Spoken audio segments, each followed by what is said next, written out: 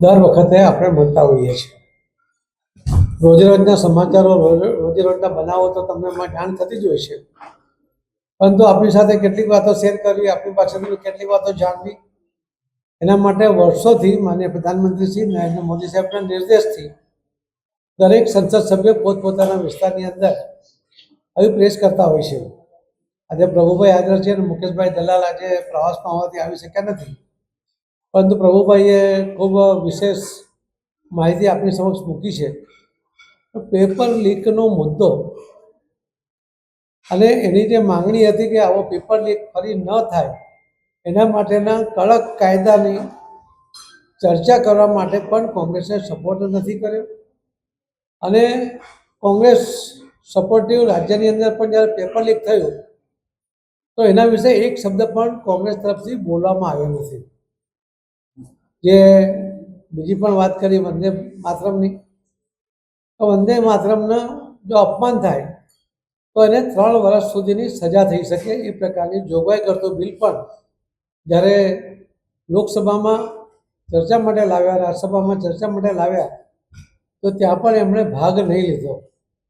આજે બિલ પસાર થયા પછી આપણે જોયું હશે કે 15મી ઓગસ્ટના દિવસે કોંગ્રેસ કાર્યાલય દિલ્હીની અંદર જ્યારે વંદે માતરમનું ગાન ચાલતું હતું અને પૂરેપૂરું ગાન એ જે ગીત છે આખું વગાડવાનું હતું, એને બદલે વચ્ચેથી રોકવાનો પ્રયત્ન થયો. અને આખા દેશે જોયો છે કે જે વ્યક્તિને આ દેશની અંદર આટલા બધા મહત્ત્વના સ્થાન ઉપર પોતે આ દેશના લોકોના સહયોગથી જ્યારે બેઠા છે, ત્યારે એમણે આપણા જ દેશનું આ રાષ્ટ્રગીતને, જે રાષ્ટ્રગાનને એમણે અટકાવવાનો પ્રયત્ન કર્યો છે, એ પણ આખા દેશે જોયો છે. હું આપ સૌને પણ કહેવા માંગુ છું કે FCRને બિલને કારણે આપણા દેશની અંદર અમુક વિદેશી તાકાત એ જે નુકસાન કરવાનો પ્રયત્ન કરે છે, એવો ફંડ મોકલીને આપણા દેશની આંતરિક વ્યવસ્થા ખોરવાઈ જાય એવો જો પ્રયત્ન કરતા હોય છે, એમને રોકવા માટે FCRનો જ્યારે બિલ આવ્યું ત્યારે એની પર ચર્ચા કરવાને બદલે હોબાળો કર્યો. એટલા જ માટે એને JPCમાં મોકલવામાં આવ્યું. જોઈન્ટ પાર્લામેન્ટરી કમિટી એ રાજ્યસભા અને લોકસભાના સભ્યો દ્વારા બનેલી કમિટી હોય છે. એ મિની પાર્લામેન્ટ કહેવાય છે ને એની અંદર બધા જ પ્રકારના ચર્ચાઓને સ્થાન હોય છે. એ બધાનો અભિપ્રાય પછી એ જે અભિપ્રાય લઈને એ જ્યારે પછી રિપોર્ટ એ પાછળ લોકસભામાં આવે છે, રાજ્યસભામાં આવે છે ને ત્યાં એની પર ફરી ચર્ચા થાય છે. પણ આ મહત્ત્વના બિલને મંજૂર કરવાને બદલે એની પર લોકસભામાં કે રાજ્યસભામાં ચર્ચા કરવાને બદલે હોબાળો કરીને ફરજિયાતપણે એને JPCમાં મોકલવાની ફરજ પડી છે. બહુ જ મહત્ત્વના બિલોને મોકલતા હોય છે, પરંતુ આ મહત્ત્વના બિલોને ચર્ચાને બદલે JPCમાં મોકલીને એને લેટ કરવાનો પ્રયત્ન પણ, કોઈકને સપોર્ટ કરવાનો પ્રયત્ન પણ કોંગ્રેસ દ્વારા કરવામાં આવ્યો છે.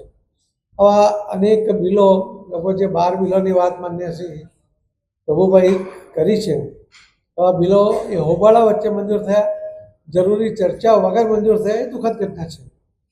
લોકસભા અને રાજ્યસભા એ ચર્ચાનો વિષય હોય છે.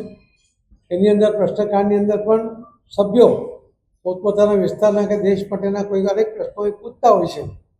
એની એક સિસ્ટમ છે કે 543 સૌ સભ્યો, લોકસભાના અને રાજ્યસભાના 250 જેટલા સભ્યો એ જ્યારે પ્રશ્ન પૂછે છે ત્યારે એમાંથી ડ્રો થતા હોય છે.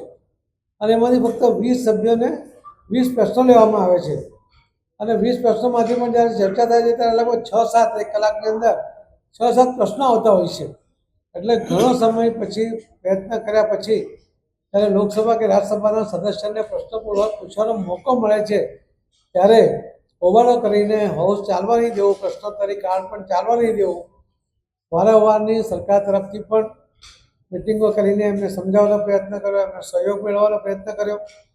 માન્ય લોકસભા અને રાજ્યસભાના અધ્યક્ષજીએ પણ એ બધા જ આ જે નેતાઓ હતા એમની સાથે પણ મળીને વાત કરી, પરંતુ એ ટ્રસ્ટના મસ્ત થયા નહીં અને આખું સત્ર એ વેડફાઈ ગયું. કરોડો રૂપિયાનું પણ નુકસાન થયું અને જે આઉટપુટ મળવું જોઈતું હતું પોઝિટિવ, એ નથી મળ્યું. એના માટે કોંગ્રેસ જવાબદાર છે. ખૂબ વિગતે વાત શ્રી પ્રભુભાઈ આપણી સમક્ષ મૂકી છે, એટલે હું એમાં વિશેષ કહેવા માગતો નથી, પરંતુ આપ સૌને આપના માધ્યમથી લોકોને આની માહિતી મળે પ્રિન્ટ અને ઇલેક્ટ્રોનિક મીડિયા દ્વારા, એ મારી આપને વિનંતી છે. ધન્યવાદ.